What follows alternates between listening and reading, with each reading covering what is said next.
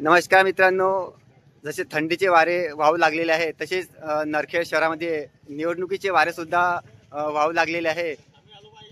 तर जे जे उमेदवार नगराध्यक्ष पदासाठी उभे आहेत तसेच सेवक पदासाठी उभे आहेत त्यांनी आपला प्रचार जोरात सुरू केला आहे।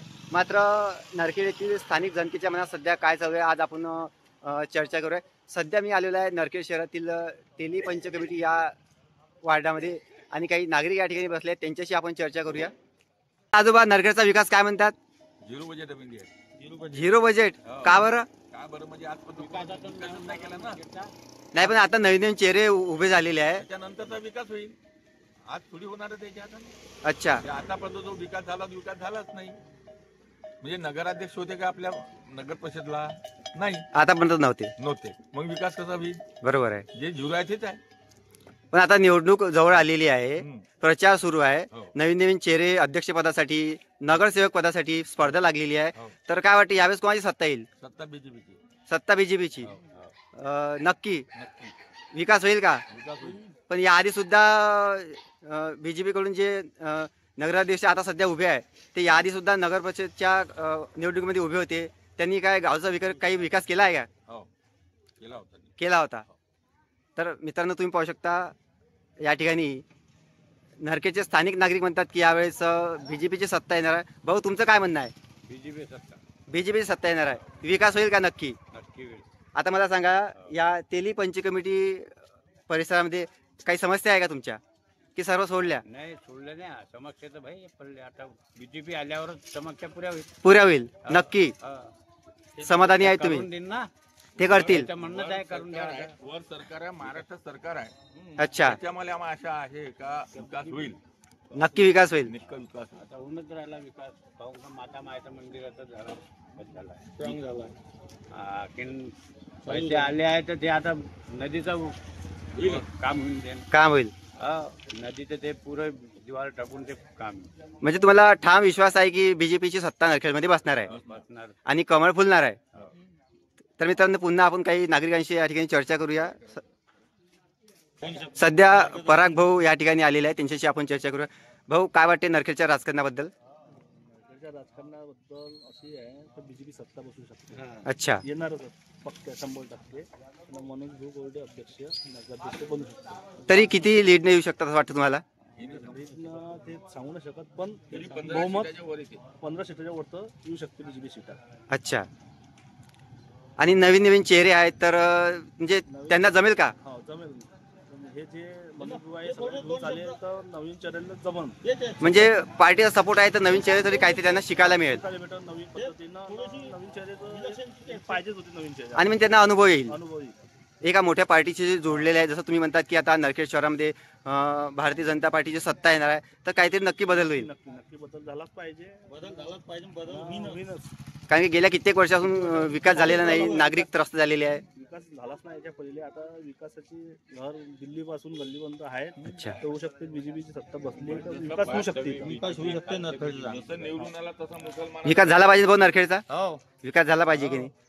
तरी मला सांगा, जसा नागरिकांच्या मनात आहे पाण्याचा प्रश्न, बिल कमी झाला पाहिजे का? होईल का यावेळेस? बिलकुल। कारण की यावेळेस मोर्चे काढले होते, होईनच, करून पाण्याच्या बिलाची समस्या कमी झाली पाहिजे, नाही का? त्याची सत्ता इथे करा ना। तर मित्रांनो, तुम्ही पाहू शकता या ठिकाणी आपण नागरिकांशी चर्चा केलेली आहे, नागरिकांशी, आणि ते म्हणतात की नक्कीच यावर्षी नगर परिषदेमध्ये कमळ फुलणार आहे, तेही बहुसंख्य उमेदवारांशी। आणि पुन्हा आपण काही नागरिकांची चर्चा करूया। सध्या या ठिकाणी अरुण काका आलेला आहे। अरुण काका, नरखेडच्या विकासाबद्दल काय बोलाल? नरखेडच्या विकासाबद्दल आम्हाला अभिजित गुप्ता नाही चालत तर मनोज कोरडे नाही चालत। कोण करेल मग विकास नरखेडचा? विकास म्हणजे इथं जो राहणारा करत का बाहेर गावात राहणारा करत, तो म्हणजे अध्यक्ष गावात राहणारा पाहिजे असं म्हणणं तुमचं? गावात राहणारा पाहिजे। हे अध्यक्ष झाले का नागपूरला राहते 5 वर्ष। अच्छा, फोन करा आणि ते यायले हे म्हणते नागपूरला कायचे काम पण यावेळेस ह्या गावचा नागरिक आहे तोच आम्हाला अध्यक्ष पाहिजे। म्हणजे जे लोकांपर्यंत येईल, समस्या जाणून घेईल, ते तुम्हाला अध्यक्ष पाहिजे सरळ? नाही, अच्छा, मला कोणीही पक्षाचं घेणदेण नाही आहे। आपल्याला गावामध्ये जो राहणारा अध्यक्ष आहे तोच पाहिजे, बाहेर गावात राहणारा नको? नाही, नको। अगदी तुमचं बरोबर आहे। तर मतदान करायच्या वेळेस यावेळेस तुम्ही म्हणजे नक्की विचार करूनच मतदान करणार की विचार जो म्हणजे भरपूर लोकांनी विचार केला आहे। आधीच केलेला आहे. आधीच केलेला आहे. अच्छा अच्छा, म्हणजे फक्त 2 तारखेची वाट आहे. बस 2 तारखेची वाट आहे. तर काय वाटते तुम्हाला, एखादं 10-20% यावेळेस कोणाची सत्ता येणार? सत्ता ये कोणती बी आम्हाला काही त्याची घेणदेण नाही. जी. आम्हाला फक्त अध्यक्ष पाहिजे, गावात राहणारा. गावात राहणार? बस बस. हे अच्छा, दोन्ही लोक गावात नाही राहत ना, काय करता? गावात राहणारा अध्यक्ष पाहिजे, जेणेकरून गावातल्या समस्या सुटल्या पाहिजे. हो, हो. म्हणजे त्यांना फोन केला तर फोन उचलत नाही. उचलत नाही आणि उचलन बी तर नागपूरला एमटी येतो म्हणते उद्या. अच्छा, नमस्कार भाऊ. तर तुम्ही पाहू शकता नरखेडतील स्थानिक नागरिक काय म्हणतात की आम्हाला अध्यक्ष हा गावात राहणारा पाहिजे, त्यांनाच आम्ही मतदान करू, त्यांनाच आम्ही निवडून देऊ, त्यांच्यावरच गावचा विकास हा निर्भर आहे. आम्हाला बाहेर गावचे अध्यक्ष नको असं त्यांचं ठाम म्हणणं आहे. तर पाहूया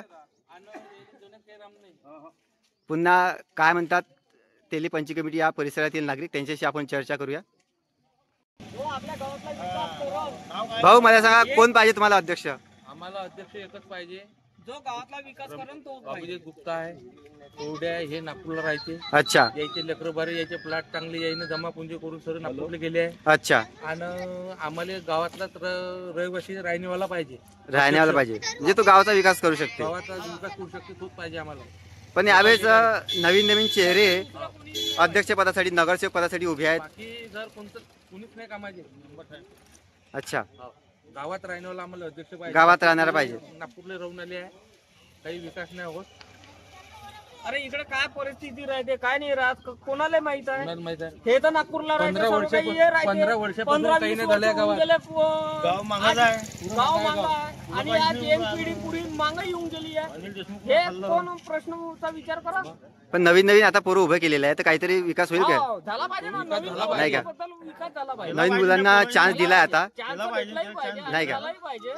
आणि अध्यक्ष आपल्याला तर गावामध्ये राहणेवाला अध्यक्ष सर्व अध्यक्ष चांगला पाहिजे. निवडा आणि विकास करून घ्या.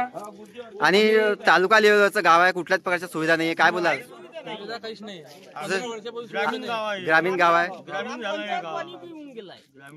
म्हणजे आरोग्य सुविधा म्हणा, शिक्षण सुविधा. आता जर गोपालटेकडे सीट नाही निघली, अध्यक्ष निघला नाही, त्या गावाचा विकास होऊ शकत नाही.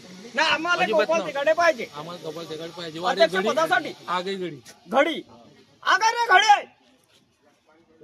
तर मित्रांनो तुम्ही पाहू शकता नागरिक काय म्हणतात, त्यांच्या मनात काय आपण जाणून घेतलं. म्हणते नागरिकचा बहुमत आहे. भाऊ काय म्हणणं आहे भाऊ तुमचं, बोला. इलेक्शन बंद करा आणि कटोरा मागून भीक मागा. काही कोणाला काही म्हणू नका, कोणाला भीक मागू नका. पण विकास कोण करणार? जो निवडून येणार तोच करणार ना. करू नका विकास.